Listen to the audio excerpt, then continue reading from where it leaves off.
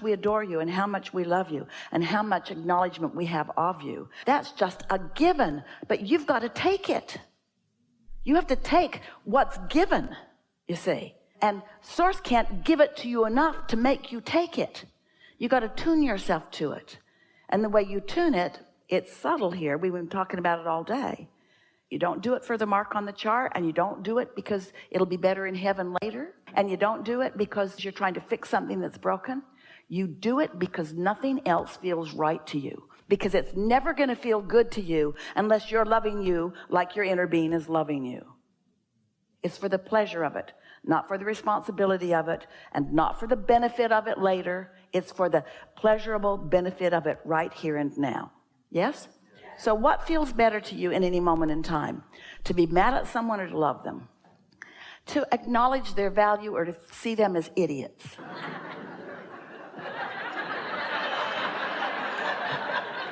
To anticipate them living happily ever after, or to anticipate them struggling in their world? Which feels better to you? Tune yourself to the way your inner being feels about them, because your inner being has non-resistant thoughts about all the things that you think about. So when you tune to your inner being, it's an awesome power that you can do so much value with, but we don't want you to do it for the value that you're going to do. That's a given. We want you to do it for the pleasure in the moment of finding that alignment. You are a lover, and if you're not loving, end of story for now.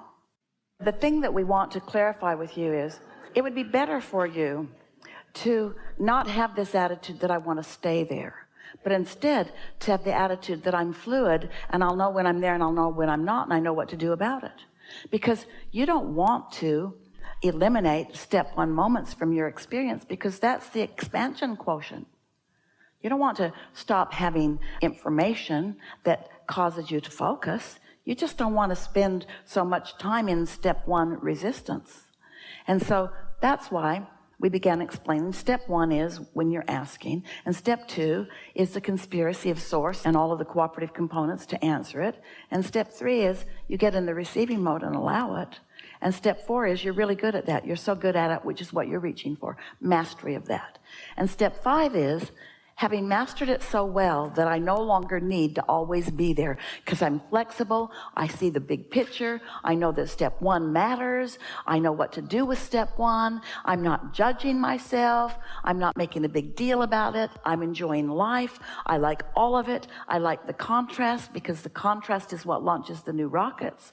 Contrast is clarifying. It's not indicative of my bad behavior. It doesn't mean I'm failing. It means my guidance system is working. It means I'm working the program in a deliberate way. I trust the process. Just relax in all of this. So let's say that you're worried about money. Could be anything. You're worried about it. Really worried about it. But then maybe someone else influences the thought because you're at dinner and that's what they're talking about. Maybe you've been in meditation, so the scale is tipped. Doesn't matter how it came about. But then you think things are getting better. Well, your things are getting better thought, if you mean it, actually is resistance to the momentum of things getting worse. So it was on its way to getting worse, and you just slowed it down with this thought that is different. Feel that? Or you could be feeling really prosperous and then worry about something, and you could slow down that momentum. Momentum is going to happen. Now, that's something we haven't discussed before in that pointed way. Did you get it? Law of attraction is responding to the active vibration, and therefore momentum is underway. But you have a choice about what thoughts you think, but it's hard to exercise that choice because of the momentum. In other words, if you've really got a positive roll going, it's hard for you to think negatively. If you've got a really negative roll going, it's hard for you to think positively. That's just the facts of the way the law of attraction works. So momentum happens no matter what influence you're under. Momentum is a natural product of the law of attraction. When you hold a thought consistently, you're going to like this. So let's take a subject like prosperity, money. Let's say that you would like more money, but you don't have enough. Now, in this simple analogy that we just offered, there's not much momentum for or against money because you want money and you don't believe it. So nothing's changing. There's no momentum.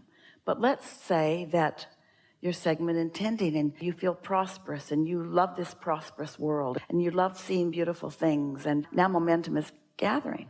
Or let's say you've got more bills than you do money and you're worried about it. Now more momentum is gathering. So many people do some of this and some of this and some of this and some of this. So they gather momentum on both that way and that way, which puts a tremendous tug of war sensation within you. So we just want you to ask yourself, under what influence are you as you're thinking those thoughts? That's how you get out ahead of it. If you wait until you go to the mailbox and there's a big pile of bills and you don't have the money for it and you're sitting in that moment, the momentum is already underway and you're not going to have pleasure in that moment. We would like you to distract yourself in some way, because we want you to practice the pleasure of non-resistant thought, not the, let's find the right word, not the human tendency or obsession with facing reality, whatever it is. Because there are those that would say, if you take pleasure from non-resistant thought and you don't focus on the bills that you have to pay, then you're irresponsible. And we say, only momentarily, because the money can't come if that's the vibration that you keep going dominantly. As you care more, as you get out ahead of it, and you get that positive momentum going before you're thinking any thoughts, now you have a much greater probability of getting the positive momentum going than if you're trying to overcome the negative momentum. We have interacted with so many of you, and we are at the place where we are no longer really interested in talking to you when you're in a negative place trying to turn it around, because it's so slow going, it hardly ever happens, it's annoying to everyone who's listening in. We just want to say to you, give it a rest, stop talking about it, and get out ahead of it. And there's two ways to get out ahead of it: meditate and hook in and watch the movie if there is one, and segment intend from a place of feeling good. And you'll notice big time the awesome power of non-resistant thought. If it's pleasurable, do it for the pleasure. If it feels good to get more detailed about it, feels good to add your insight and more details, then do it. Do it for the pleasure, not for the power. So when you said, would it be better? What'd you mean? Did you mean, would it be better for my pleasure, or would it be better for my power? Because if you're doing it for the pleasure, it's better. If you're doing it for the power, it'll bite you. Think about it. Isn't that how it goes? When you get on a roll like that, don't you want to think about it? Don't you want to talk about it? This is co-creation at its best. In the early days, we called this the science of deliberate creation, and everybody acted like, got to get this right. Suck it back. I said that. Let's suck it back before the universe gets hold of us. Didn't mean it. And so then we began putting more emphasis on the art of allowing. Now we're calling it receiving, being in the receiving mode. But you got to know that what you have created is ready for you to receive before you're willing to receive. And we think that sometimes you don't accept that it's already done. You really don't believe that when you ask, it is given. Someone should write a compelling book. When you ask, it is given. When you ask, it is given. Let's say it how it really is. From your standpoint, it has been given. It's over there. You can relax and just enjoy the movie if it happens. Let's chew here for a minute. We're going to ask you, just give your answer in your mind, or you can speak it out if you want to. So we're going to ask you a couple of questions, and then we're going to give you a diagnosis of where you are vibrationally, depending upon what your answer was, all right? I would rather watch a movie, or I would rather make the movie, be the director of the movie. Which is it for you? You want to watch it, or you want to make it? It's a trick question, so be very careful. So now you kind of know what we want you to know. You want to watch the movie, but so here's the next question. Has your movie already been created by you? Or do you need to create it right now? So if your answer was, I want to create the movie, then you don't believe in the vortex. You don't believe it's done. You're still trying to earn something. Did that move you a little bit? Did that get something done for you? So here's some more questions. I like watching the movie that I've already created. It's satisfying to watch the movie that I've already created. When would you maybe not be in the mood to watch the movie that you've already created? When you're trying to prove worthiness, when you don't feel that you're enough, when somebody's been after you, when you feel like you need to do something. So what is it that is causing the diminishment of your awareness of who you really are? Well, you're taking your cues from other people who are not experiencing the pleasure of non-resistant thought, who are practicing the discord of resistant thought, who are holding you as their objects of attention and demanding things from you in order to make them feel better that you know you can't give enough things to somebody that's in that mode to ever make them feel better. Isn't that sort of the way it goes? Aren't you getting closer and closer to just giving it up? If someone expresses their dissatisfaction with you, don't you sort of want to say, I'm sorry that you don't feel good, and I hope you can work that out. I'm rooting for you.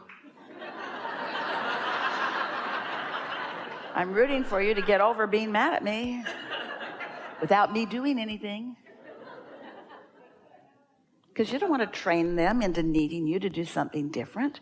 That's that quagmire. That's when you really get into that place of there's so many people that want so much from you, and you love them so much and you want to uplift them. And if they get the idea in their head that their happiness depends upon your behavior, they'll dog you to the ends of the earth. There's never enough. There's just never enough that they're going to need from you. And their dissatisfaction isn't that they're not getting it from you because you're giving them some of it. Their dissatisfaction is that they're not getting satisfaction from the only place that satisfaction comes, which is from their connection with their own inner being. Sometimes you ask and sometimes you listen. All we're asking is that you, during a focused moment when you're asking for that awareness, just first acknowledge, under what influence am I right now? And if you're under the influence of source, then let it rip. If you're under the influence of something else, take a nap. We've enjoyed this interaction more than words can express fully. One of the things that we enjoy most about a gathering like this is that we, or you, are not limited to the communication that is taking place through words. There is a vibrational thing that is happening. The words are helpful because they cause us to focus similarly. And as we focus similarly, then the broader experience of the vibrational knowing and clarity can then take place. A gathering like this, from our point of view, is of advantage to you because through your willingness and patience to participate in dialogue like this, you have focused in the vibrational vicinity of your source longer than you usually do. And because of that longer focus, even though we're all sort of in and out of it depending on what's happening in the questions and answers, for the most part, it is a time of sustained vibrational frequency that is in keeping with who you really are. And that's why, almost without exception, everything that we said here today, even the things that have never been said before, were received by you. That's why you got it.